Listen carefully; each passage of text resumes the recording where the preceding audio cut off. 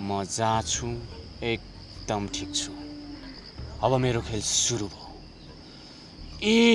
एकसँग बदला लिन्छु। मेरो साथीको अगाडि यस्तो बेजेत हुने गरी कुट्यो नि त्यसले मलाई। अब त त्यस्तासँग बस्नुभन्दा डिभोर्सै दिनु काकी। चुप आगोमा घिउ थप्छे। काकी हिँड्नु हाम्रो घर जाउँ। तँसँग एउटा सल्लाह गर्नुपर्ने छ। कस्तो सल्लाह? बिहा गर्ने? यो केटा मान्छेको दिमागमा चाहिँ यही दुईटा कुरा बाहेक अरू केही पनि आउँदैन क्या हो? लभ गर्ने, बिहा गर्ने। म घर जानु पर्यो। माइतमा बसेर आइस। त्यसलाई सजाय दिँदा तिम्रो बुढाबुढीलाई किन चुर्न पर्यो? सजाय दिने भन्दैमा कानुन हात लिनु त मिलेन नि काका। प्रहरी प्रशासन छैन। काका म आइहालेँ। मामा असटी गुन आइहाले। तिमी त्यो जगरे बिस्ने नाङ्गिएको सङ्गट लाएर भयङ्कर बिग्रिसक्यो है मामा।